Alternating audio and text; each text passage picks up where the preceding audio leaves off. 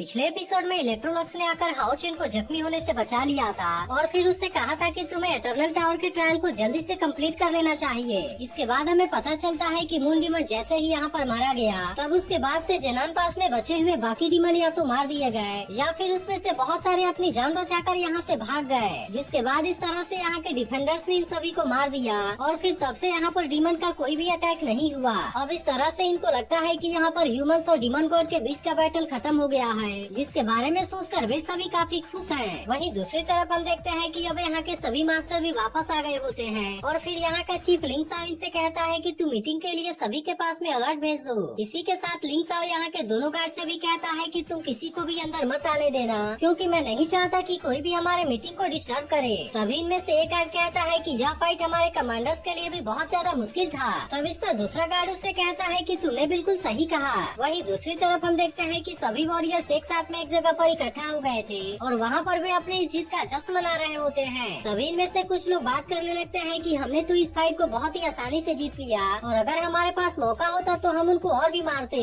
तभी इनमें से एक लड़का इनसे कहने लगता है कि वैसे तो हम सभी ने ही एक साथ मिलकर डिमंस के साथ में फाइट किया, लेकिन इसके बाद भी इसमें हाओ चेन का योगदान सबसे ज्यादा है, क्योंकि अगर उसने लेवल 8 वाले मून डिमन के साथ में फाइट करके उसे नहीं हराया होता तब इसके वजह से मुझे ऐसा लगता है कि इस बार जेनान पास इस बैटल को हार गया होता और अगर ऐसा हुआ होता तो हमारे और भी ज्यादा साथी इसमें मारे गए होते। अब इस तरह से हम देखते हैं कि वे इसमें अपने मारे गए साथियों को भी रिस्पेक्ट देते हैं और फिर अपने इस जीत की खुशी में पार्टी करने लगते हैं। लेकिन तभी इसी बीच हम देखते हैं कि डूजी भी यहाँ पर आ जाता है, जो कि अपने साथ में बहुत सारे रोस्ट चिकन भी लेकर आया था। इसीलिए इसे देख सभी बात करने लगते हैं कि डूजी यहाँ पर क्यों आ गया, क्योंकि इसके पहले वह तो कभी भी ऐसे पार्टी में नहीं आता था। वहीं दूसरी तरफ हम देखते हैं कि डूजी को ऐसा करता हुआ देख हाओ चेन भी हैरान होता है और फिर उससे जानने की कोशिश करता है कि वो यहाँ पर ऐसा क्यों कर रहा है। तब इस पर डूजी उससे कहने लगता है कि वैसे तो मैं बैटलफील्ड में तुम्हारे बराबरी नहीं कर सका, लेकिन क्या तुम खाने के मामले में मेरे साथ में कम्पीट करना चाहोगे, क्योंकि मैं देखना चाहता हूँ कि हम दोनों में से कौन ज्यादा खा पाता है। लेकिन इसकी ऐसी बात सुनकर हाओ चेन उससे ज्यादा कुछ नहीं बोल पाता, जिसके बाद डूजी उससे कहने लगता है कि मैं इसी तरह से अपने नए फ्रेंड्स बनाता हूँ और फिर उससे कहता है कि मुझे तो तुमसे मिलकर बहुत ही ज्यादा अच्छा लगा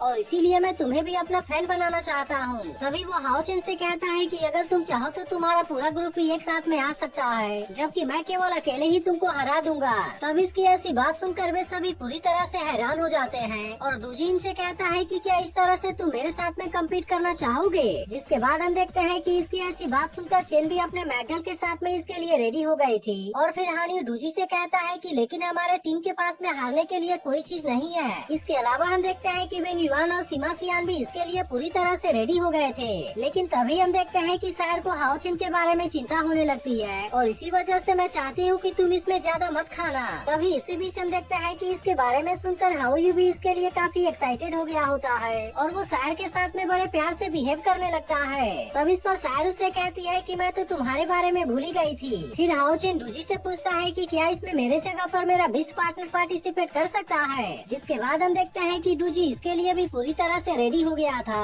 और इनसे कहता है कि मुझे इससे कोई प्रॉब्लम नहीं है। वही बाकी सभी बात करने लगते हैं कि यह तो केवल एक छोटा सा बिस्ट है और इसीलिए आखिरकार वो कितना खा पाएगा। तब इनकी ऐसी बात सुनकर सीमा सियान इनसे कहता है कि तुम इसको अंडर एस्टिमेट मत करो। तभी इसी वक्त हम देखते हैं कि लिन सिन इसे होस्ट करने के लिए रेडी हो गया होता है और फिर वो डूजी से कहता है कि अगर तुमने इस कंपटीशन को रखा है तो फिर इसका कोई ना कोई रिवॉर्ड तो जरूर होगा। जिसके बाद इसकी ऐसी बात सुनकर डूजी तुरंत अपने तलवार को बाहर निकाल लेता है और फिर इनसे कहता है कि इसके बारे में तुम्हारा क्या विचार है। लेकिन अब इसे ऐसा करता हुआ देख यहाँ के बाकी सभी लोग पूरी तरह से हैरान हो गए होते हैं और कहने लगते हैं कि क्या डूजी सच में इसमें अपने तलवार को दांव पर लगाना चाहता है, क्योंकि सभी को बहुत अच्छे से पता है कि उसकी तलवार कितनी पावरफुल है और इसी के साथ हमें पता चलता है कि इस तलवार का नाम घोस्ट एंड वुल्फ बीक है। लेकिन वही दूसरी तरफ हम देखते हैं कि डूजी को अपने ऊपर पूरा यकीन होता है, इसीलिए वो इनसे कहता है कि अगर मैं इसमें हार गया तो फिर मैं अपने कपड़े उतार कर पूरे जेनान पास का चक्कर लगाऊंगा। तब इसकी ऐसी बात सुनकर बाकी सभी कहने लगते हैं कि यह तो काफी इंटरेस्टिंग होगा।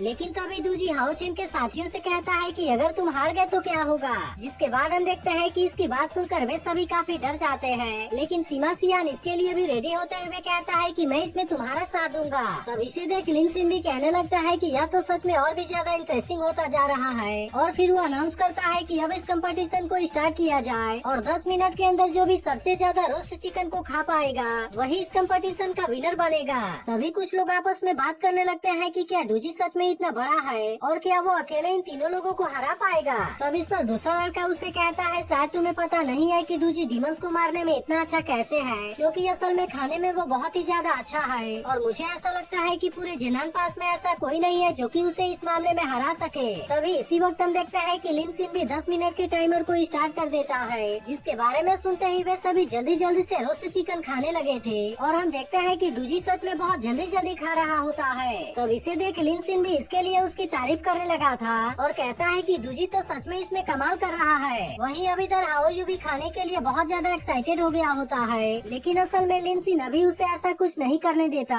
और फिर उसे कहता है कि तुम्हें इसके बारे में परेशान होने की जरूरत नहीं है, क्योंकि आखिर में तुम ही तो हमारा असली ट्रम्प कार्ड हो। वहीं दूसरी तरफ हम देखते हैं कि बाकी सभी लोग भी इस चैलेंज को बहुत ही मजे से एंजॉय कर रहे होते हैं, लेकिन अब इसमें मैकल यहाँ पर ज्यादा समय के लिए नहीं टिक पाता और उसका पेट भर जाने के बाद वो वहीं पर पलट जाता है। तब इसे ऐसे कंडीशन में देखते ही चेन जल्दी से आकर उसे अपने हाथ में उठा लेती है, लेकिन अब इसी के साथ हम देखते हैं कि वेन युआन भी इसमें हार मान गई थी, जिसे देख बाकी सभी बात करने लगते हैं कि वे सभी तो इसमें हारने लगे। लेकिन वहीं दूसरी तरफ हम देखते हैं कि डूजी अभी भी इनको शानदार तरीके से टक्कर दे रहा होता है, जबकि उधर ज्यादा खाने की वजह से हानियों की हालत भी खराब होने लगी थी। तब इसे देख डूजी उससे कहता है कि इसके लिए तुम्हें जबरदस्ती करने की कोई जरूरत नहीं है। तभी हाओ चेन भी इनसे कहने लगता है कि तुम्हें जबरदस्ती खाने की कोई जरूरत नहीं है, क्योंकि वैसे भी तो यह केवल एक फ्रेंडली मैच है। तब इसकी ऐसी बात सुनकर सीमा सियानो से कहता है कि कैप्टन आपको इसके बारे में चिंता करने की कोई जरूरत नहीं है, क्योंकि हम इतने आसानी से अपने टीम की बेइज्जती नहीं होने देंगे।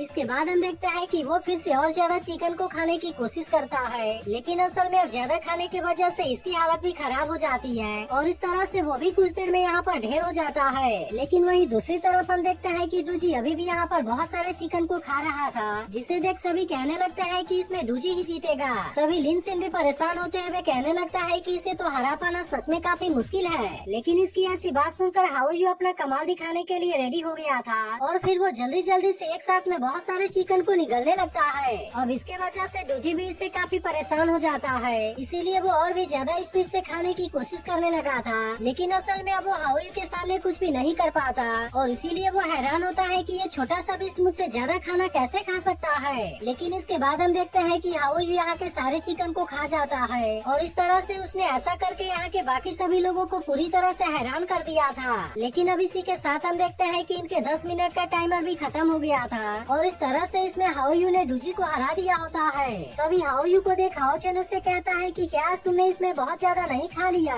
वहीं डूजी हाओ चेन से कहता है कि तुम्हारा बिस पार्टनर तो इतना छोटा सा है, लेकिन इसके बाद भी उसने इतना ज्यादा खाना कैसे खा लिया। तब इस पर लिन सिन उससे कहता है कि हाओयू हमारे पूरे ग्रुप में सबसे स्पेशल है, लेकिन अब तो तुम इस चैलेंज में हार गए हो और इसीलिए तुम्हें अपनी तलवार अब हमें देनी होगी। जिसके बाद हम देखते हैं कि डूजी भी अब इसके लिए रेडी हो गया होता है। तभी इसी वक्त हाओ चेन को पता चलता है कि हाओयू फिर से उसी दुनिया में इवॉल्व होने के लिए जाना चाहता है, जिसके बारे में जानकर वह पूरी तरह से हैरान हो गया था, क्योंकि उसे पता है कि वह जगह सच में बहुत ज्यादा खतरनाक है और इसीलिए हाओयू का वहाँ पर फिर से जाना सेफ नहीं होगा। लेकिन इसके बाद भी हम देखते हैं कि हाओयू को वहाँ पर जाना था, इसी वजह से हाओ चेन भी अब उसके लिए मान जाता है और उसे कहता है कि अगर कभी तुम्हें जरूरत पड़े तो मुझे जरूर बुलाना। जिसके बाद हम देखते हैं कि इसके बारे में सुनकर हाओयू भी खुश हो गया होता है और फिर वो तुरंत यहाँ से गायब भी हो जाता है। वहीं लिन सिन डूजी से कहता है कि अब तुम्हारी तलवार तो हमारी हो गई। तब इस पर डूजी भी उससे कहता है कि हाँ तुम इसे बिल्कुल ले सकते हो। जिसके बाद हम देखते हैं कि लिन सिन भी इसकी तलवार लेकर देखने लगा था और फिर कहने लगता है कि यह तो सच में काफी अच्छी है। लेकिन इसी के साथ वो उसे कहता है कि क्या तुम्हें दूसरे वाले बात के बारे में भी याद है, क्योंकि तुमने कहा था कि अगर तुम हार गए तो तुम अपने कपड़े उतार कर पूरे जिनान पास का चक्कर लगाओगे। जिसके बाद हम देखते हैं कि इसके बारे में सुनकर बाकी लोग भी इसके लिए कहने लगते हैं और फिर डूजी इसके लिए अपने कपड़े को उतार भी देता है। लेकिन तभी यहाँ पर कोई हाओ चेन और सार से किसी चीज के बारे में बात करने के लिए आ जाता है और फिर इन दोनों से कहता है कि जिनान पास के चीफ मास्टर लिंग साओ ने तुम्हें मीटिंग के लिए इनवाइट किया है। जिसके बारे में सुनकर हाओ चेन कहता है कि अभी मीटिंग के लिए। तब इस पर वो आदमी इनसे कहता है कि बाकी के 6 डेप्यूटी पैलेस मास्टर भी तुम्हारा वेट कर रहे हैं। जिसके बारे में जानकर हाओ चेन और सार भी इस बात से थोड़े से हैरान हो जाते हैं। तो इस सीन में हम देखते हैं कि वे दोनों इसके लिए वहाँ पर चले गए होते हैं, लेकिन तभी यहाँ के दोनों गाड़ी इनको अंदर जाने से रोक लेते हैं और फिर कहते हैं कि अभी यहाँ पर ऑफिसर्स मीटिंग कर रहे हैं और इसीलिए इस समय किसी का भी वहाँ पर जाना अलाउ नहीं है। तब इनकी ऐसी बात सुनकर हाओ चेन इनको अपने बारे में बताते हुए कहता है कि हमें मास्टर लिंग साओ ने मीटिंग के लिए बुलाया है, लेकिन इसके नाम के बारे में सुनते ही वे दोनों पूरी तरह से हैरान हो जाते हैं और कहने लगते हैं कि यह तो वही हीरो है जिसने कि मुन डीमन के साथ में अकेले फाइट करके उसे हरा दिया और उसके मदद से ही हम जेनान पास को बचा पाए हैं। तब इनकी ऐसी बात सुनकर हाओ चेन इनसे कहता है कि वैसे तो मैं कोई हीरो नहीं हूँ, लेकिन असल में मैं ही हाओ चेन हूँ। मगर इसके बाद भी उनको इसके ऊपर यकीन नहीं होता और फिर वे दोनों उससे कहने लगते हैं कि अभी तो तुम काफी यंग हो और इसीलिए हमें तो ऐसा लगता है कि तुम मुन डीमन के सामने कुछ भी नहीं कर पाओगे और इस तरह से तुम हाओ चेन बनने का नाटक कर रहे हो। इसके बाद इसमें से एक गार्ड इनको धक्का देने के लिए आता है, लेकिन हाओ चेन केवल अपने विल पावर का यूज करके उसे दूर कर देता है। तब इसे देख दूसरा गार्ड हैरान होते हुए कहता है कि इसने तो केवल अपने विल पावर का यूज करके लेवल 5 वाले वॉरियर को हटा दिया और इसीलिए कहीं ऐसा तो नहीं कि वही सच में हाओ चेन है। इसके बाद हम देखते हैं कि वो इसे वेरीफाई करने के लिए इसके टोकन को चेक करता है, जिसे देखते ही वे तुरंत उसे अंदर जाने के लिए कहते हैं। इसके बाद हम देखते हैं कि यहाँ पर सभी मास्टर इस पर भारत डीमन गॉड के हुए अटैक के बारे में बात कर रहे होते हैं और इसके वजह से वे इसके बारे में सोचकर काफी परेशान हो रहे थे। तब इस पर मास्टर लिंग साओ इनसे कहता है कि तुम्हें इसके बारे में चिंता करने की जरूरत नहीं है, क्योंकि वैसे भी तो हमने सभी डीमन को हरा दिया है। लेकिन तभी इसी बीच हम देखते हैं कि हाओ चेन और सायर भी यहाँ पर आ जाते हैं, जिनको देखते ही इनमें से एक मास्टर कहने लगता है कि तुम मीटिंग को डिस्टर्ब करने के लिए यहाँ पर कैसे आ गए। तब इस पर हाओ चेन और सायर इनको अपने बारे में बताते हैं, जिसके बाद हम देखते हैं कि मास्टर हान इन दोनों को तुरंत अपने पास में बुलाते हैं और अब इस तरह से इन दोनों को बाकी लोगों से इंट्रोड्यूस करवाते हैं। इसी के साथ मास्टर हान इनसे कहते हैं कि इसने न केवल जेनान पास के बैटल को खत्म करने में हमारी मदद की, बल्कि ये हमारे नाइट पैलेस के लॉर्ड टाइटल के लिए इकलौता कैंडिडेट है। तब इसके बारे में जानकर वे सभी बात करने लगते हैं कि इसके पास में तो बहुत ज्यादा पोटेंशियल है और इसीलिए ऐसा लगता है कि आने वाले समय में अलायंस का वो सक्सेसर होगा।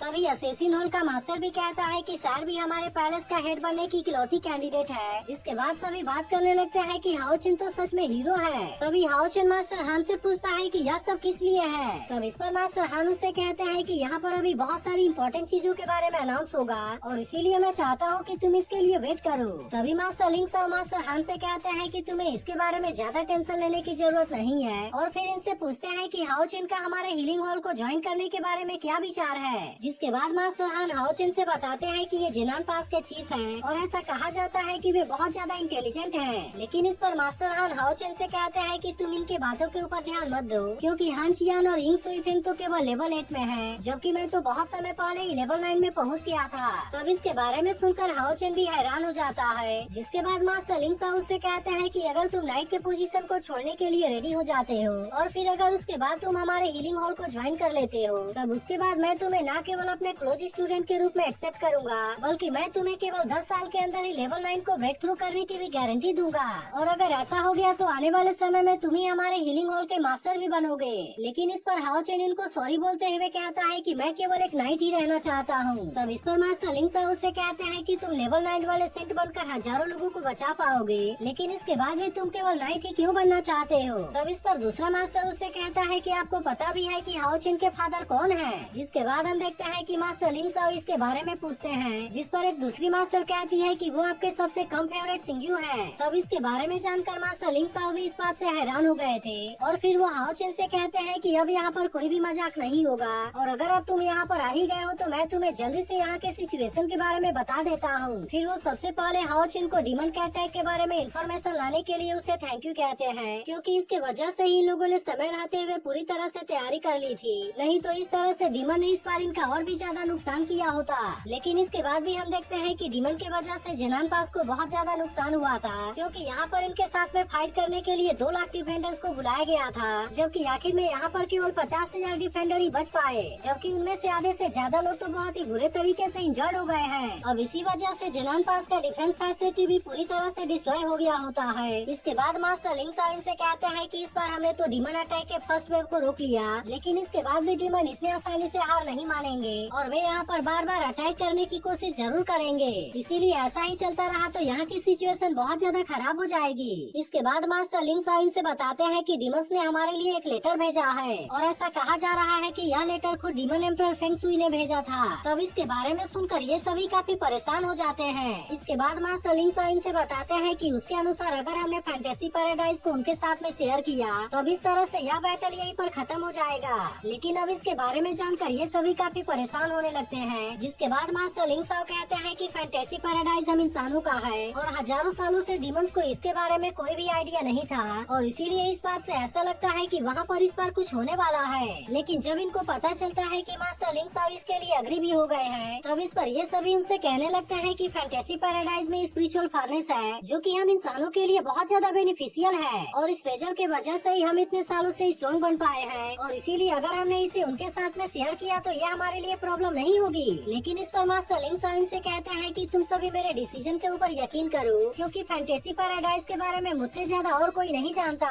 इसके बाद वे इनसे कहते हैं कि वहाँ पर जितने भी प्लेयर जाएंगे सीक्रेट ट्रेजर के लिए उनके साथ में फेयर कंपटीशन होगा, क्योंकि वहाँ का फर्स्ट रूल है कि एल्डरली को मारना मना है। और इसके अलावा फैंटेसी पैराडाइज जब कभी भी ओपन होता है वहाँ पर एंटर करने के लिए केवल 20 प्लेस होते हैं, और इसी के साथ वहाँ पर एंटर करने वाला लेवल 7 से नीचे होना चाहिए, नहीं तो अगर किसी ने भी इस रूल को तोड़ा तो इसके लिए उसे पनिश किया जाएगा। अब इतनी बात कहने के बाद वो इनसे कहते हैं कि अगर हमने इस कोटा को डीमंस के साथ में शेयर भी किया तब उसके बाद हम भी लेवल 7 से नीचे वाले 10 सबसे स्ट्रॉन्ग लोगों को वहाँ पर भेजेंगे, और इस तरह से हम फैंटेसी पैराडाइज के लिए डीमंस के दूसरे प्लान को रोक देंगे। लेकिन इसके बाद भी हम देखते हैं कि इसके बारे में सुनकर ये सभी काफी परेशान हो गए थे। तभी मास्टर लिंग शाओ अनाउंस कर देते हैं कि हमारे पहले चॉइस हाओ चुन और सायर होंगे जो कि फैंटेसी पैराडाइज में टीम को लीड करेंगे, और इस तरह से वे डीमन क्लैन के 10 प्लेयर के साथ में फाइट करेंगे। तब इसके बारे में सुनकर हाओ चुन भी पूरी तरह से हैरान हो गया था। लेकिन वही दूसरी तरफ हम देखते हैं कि डीमन एम्परर ने भी अपने 10 प्लेयर को पूरी तरह से रेडी कर लिया था, और वे भी असल में डीमन क्लैन के तरफ से सबसे स्ट्रॉन्ग वाले कैंडिडेट होते हैं। लेकिन तभी इसी बीच हम देखते हैं कि डीमन एम्परर का बिस्ट भी यहाँ पर आने लगता है, जिसे देखते ही बाकी प्लेयर उसे ग्रीट करने लगते हैं और फिर कहने लगते हैं कि क्राउन प्रिंस का यहाँ पर वेलकम है। अब इसे देख ऐसा लगता है कि वह तो डीमन एम्परर का ही बेटा है, और वो दिखने में भी बहुत ज्यादा पावरफुल लग रहा था। लेकिन तभी अचानक से वो बाकी लोगों के ऊपर अपने पावर का यूज करने लगता है, क्योंकि इस तरह से वो इनके ताकत को चेक करना चाहता था, और फिर इनसे कहता है कि अब तुम फैंटेसी पैराडाइज में चलने के लिए रेडी हो जाओ। तो क्या आपको लगता है कि हाओ चुन इस बार इसे फाइट में हरा पाएगा? इसके बारे में कमेंट करके जरूर बताना। लेकिन अगर आपने इसके पिछले पार्ट को मिस कर दिया हो तो लेफ्ट वाली वीडियो भी जरूर देख लेना।